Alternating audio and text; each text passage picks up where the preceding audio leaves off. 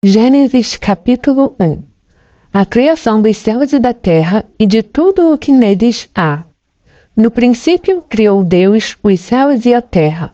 A terra, porém, estava sem forma e vazia. Havia trevas sobre a face do abismo, e o Espírito de Deus pairava por sobre as águas. Disse Deus: haja luz, e houve luz.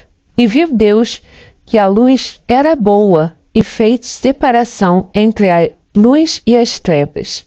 Chamou Deus a luz dia e as trevas noite. Houve tarde e manhã o primeiro dia. E disse Deus: haja firmamento no meio das águas, e separação entre águas e águas. Fez, pois, Deus o firmamento e separação entre as águas debaixo do firmamento e as águas sobre o firmamento. E assim se fez. E chamou Deus ao firmamento os céus. Houve tarde e manhã o segundo dia. Disse também Deus: ajuntem-se as águas debaixo dos céus num só lugar, e apareça a porção seca. E assim se fez. A porção seca chamou Deus terra, e ao ajuntamento das águas, mares. E viu Deus que isso era bom. E disse: produza a terra relva, ervas que deem semente, e árvores frutíferas, que deem fruto segundo a sua espécie, cuja semente esteja nele, sobre a terra. E assim se fez. A terra, pois, produziu relva, ervas que davam semente segundo a sua espécie, e árvores que davam fruto, cuja semente estava nele, conforme a sua espécie. E viu Deus que isso era bom. Houve tarde e manhã o terceiro dia.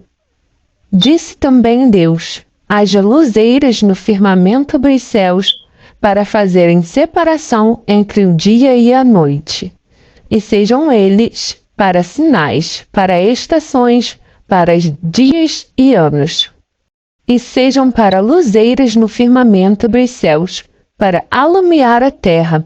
E assim se fez.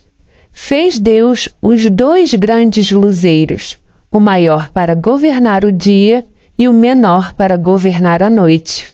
E fez também as estrelas.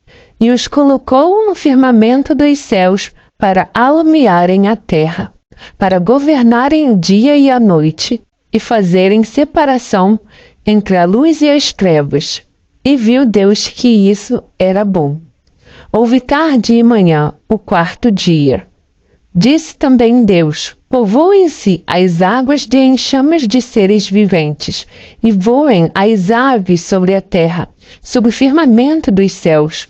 Criou, pois, Deus os grandes animais marinhos e todos os seres viventes que rastejam, os quais povoavam as águas, segundo as suas espécies, e todas as aves, segundo as suas espécies.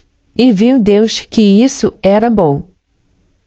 E Deus os abençoou, dizendo: sede fecundos, multiplicai-vos e enchei as águas dos mares, e na terra se multipliquem as aves.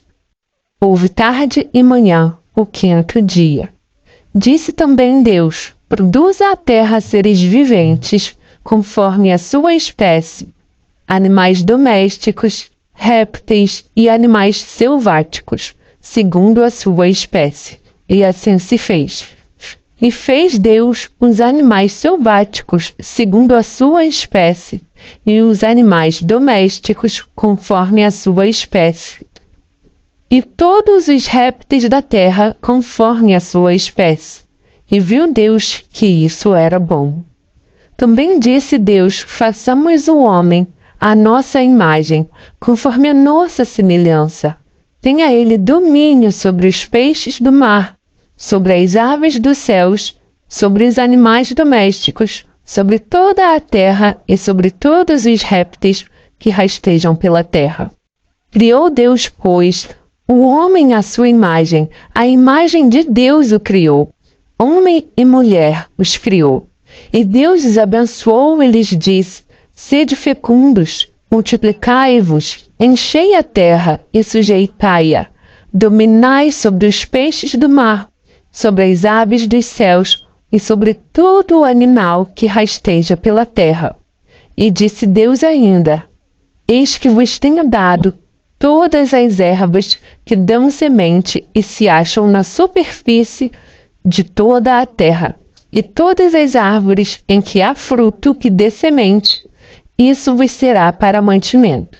E a todos os animais da terra, e a todas as aves dos céus, e a todos os répteis da terra, em que há fôlego de vida, toda a erva verde lhes será para mantimento.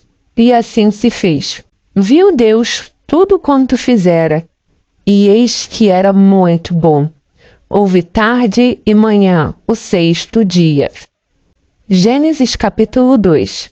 Assim, pois, foram acabados os céus e a terra e todo o seu exército. E havendo Deus terminado no sétimo dia a sua obra que fizera, descansou nesse dia de toda a sua obra que tinha feito. E abençoou Deus o dia sétimo e o santificou, porque nele descansou de toda a obra que, como Criador, fizera. A formação do homem. Esta é a gênese dos céus e da terra, quando foram criados, quando o Senhor Deus os criou.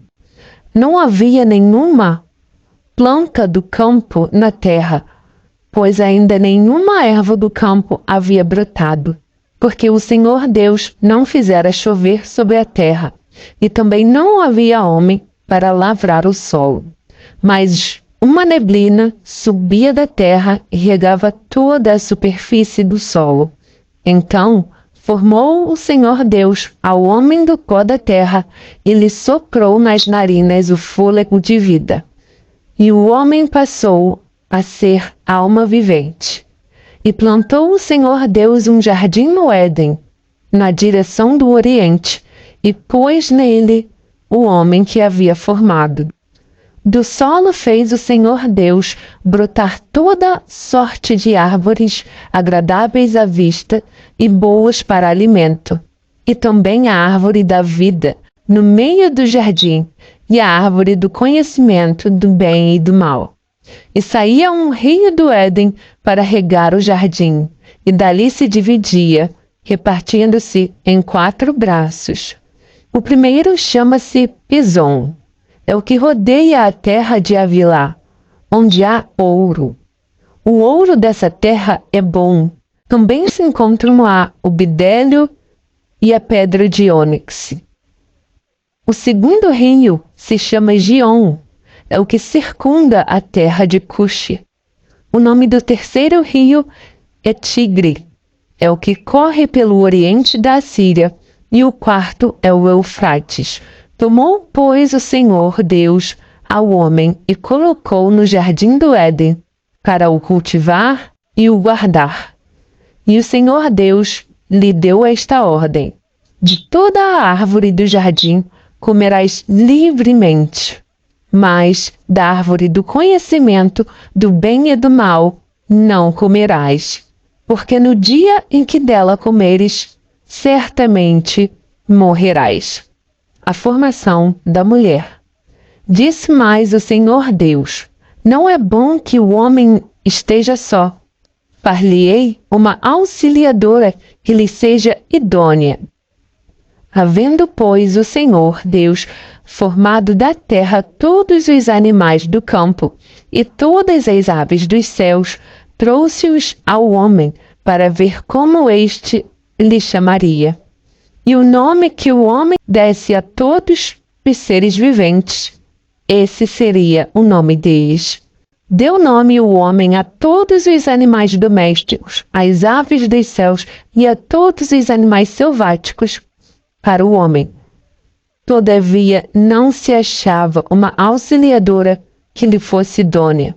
Então o Senhor Deus fez cair pesado sono sobre o homem, e este adormeceu. Tomou uma das suas costelas e fechou o lugar com carne. E a costela que o Senhor Deus tomara ao homem, transformou-a numa mulher, e lhe a trouxe.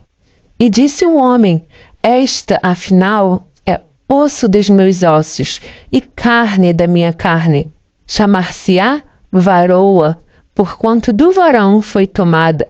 Por isso, deixa o homem pai e mãe, e se une à sua mulher, tornando-se os dois uma só carne.